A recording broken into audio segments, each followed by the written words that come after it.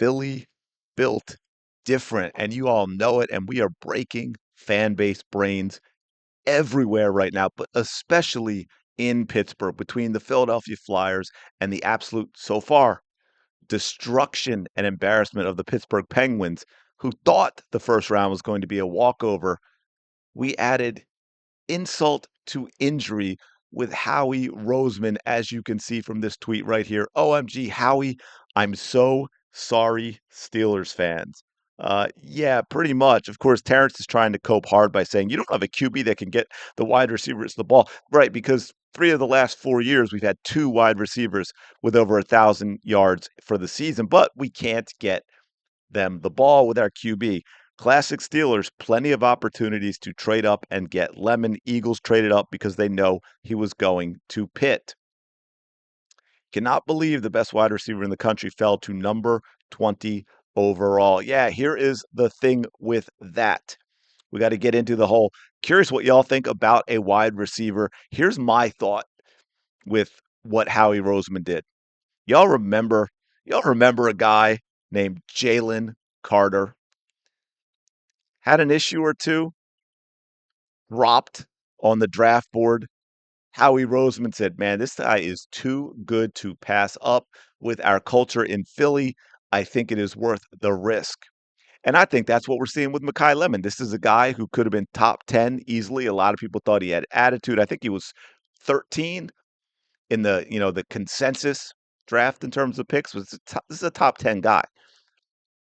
Top 10 guy. Dropped all the way to number 20. Howie Roseman said, sometimes you got to just draft the best player on the board, especially when you think you're getting value as opposed to getting a specific need.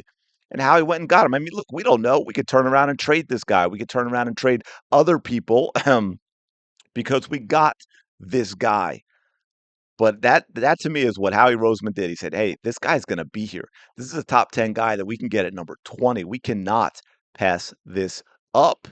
And here is a wild, wild story that I got to play for you with Ian Rappaport talking about the process of the Eagles getting Mekhi Lemon.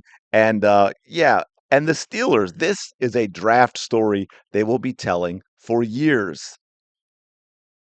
Rich, let me set the scene for you. The Dallas Cowboys were on the clock at 20 with everyone knowing they were going defense. Pittsburgh Steelers get on the phone with Mekhi Lemon, planning to select him next at 21. Except what they didn't know is the Eagles had actually traded up over them, were trying to get in touch with Lemon, but he wasn't answering because he was already on the phone with the Steelers. In the end, the Eagles do the trade. They get Mekhi Lemon, and the Steelers grab a tackle right after. Wow. Steelers were not thinking tackle, folks. That was more like a, oh crap, what do we do now? Panic pick, because the Eagles swiped Mekhi Lemon out from underneath their noses while they were talking to him.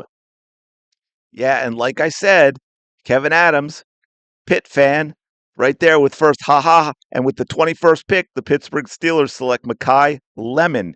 You heard it here first. Remember that. Ha, we got our effing guy. And then he had to follow up on that with, I effing hate Philly. They ruin everything in my life right now. Just a terrible situation. um, but you know what? Kudos to Kevin as a Pitt fan, not coping and trying to trash Jalen Hurts or trash the Flyers, although I'm sure I could find that somewhere from him.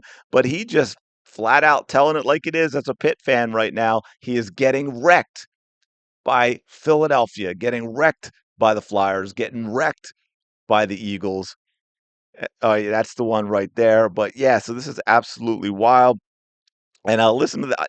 Okay, I I don't know what to make of this. I'm curious what y'all make of this. This is Mekhi Lemon. Now, I know people talk about attitude and this and that, and he's got a little something going on. I was wondering if maybe he's channeling Stevie Wonder a little bit right here, but he seems, at least in this brief exchange toward the end, catch it, that he might get Philadelphia fans. Hi, from the first time you ever put on pads and a helmet to this moment right here, being a first-round pick in the NFL draft, what has defined your journey? Man, I ain't gonna lie, I'm just so blessed right now. I just praise the Lord for every moment, really.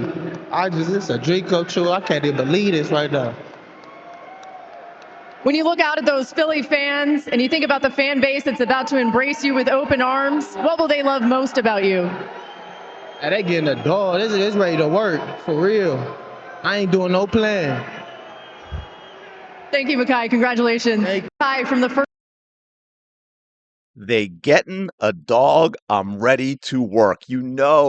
Philadelphia fans absolutely love that because that is what we are about. Period. 100%. And I think AJ Brown lost sight of that with the way he acted and his lack of effort this year and so forth. So yeah, man, look, I think this is one of those situations where, like I said, Howie's said, "Hey, we just can't pass this guy up. We can't have a guy who was, top 10 dropping to 20 at a position like wide receiver. Got a whole new offensive system, being set up. It would be great to pairing him with Devontae Smith, AJ Brown. I'm just saying, look, this doesn't mean he's being traded. We talked about this. I think I did in a video yesterday, even brought it up. Do you think, who you think they're going to go for in the first round? Do you think if they get a wide receiver, does that mean it's getting rid of AJ Brown? Now, for me, I lean toward this is increases AJ Brown being gone. But that being said, depends what the system is. I mean, can you keep three wide receivers, Dallas Goedert and Saquon Barkley, happy? Look at the way some of these other teams uh, throw the ball. But I also believe this. It gives Howie, regardless of whether AJ wants out or not, which always makes it more difficult to get value on a trade, this makes it, I think, gives Howie back a little leverage in a way, having these, because he's like, look, man, we don't need AJ as much, which also means I can take or leave what you're giving us because AJ may just have to suck it up and play a reduced role or prove that he's the guy. I'm not sure you can prove he's the guy right now with Devontae Smith. And now you put a lot of people are like, oh, but Devontae, maybe he can't be a number one because he had AJ on the other side. Okay, put Mekhi Lemon over there, right? Put Hollywood Brown. This is a wide receiver room, yo. The Eagles wide receiver room is stacked if we have the right system in place. And oh, by the way, I'm going to finish with one other thing. This is kind of wild. I couldn't find it.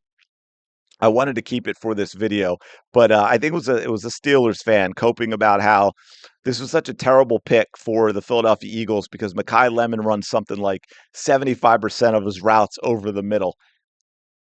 This is the problem with the media, right? They repeat crap and repeat crap and repeat crap, even when it's a blatant lie. And you get these fools who just absorb it and believe everything they hear. But I guess that's to their detriment, just like the Steelers thought they were getting Mekhi Lemon, but he is a Philadelphia Eagle. Obviously, with the draft and, yeah, it's that time of year. Things are cranking up in the NFL. Let me know your thoughts on all this. Biggest questions I have for you is, do you like the pick? Why or why not? And for you, does this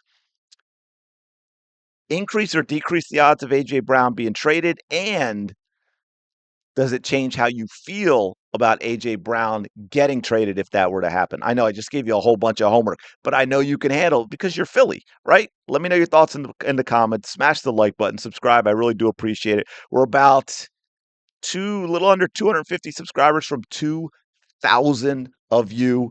I really appreciate that. I will talk to you later.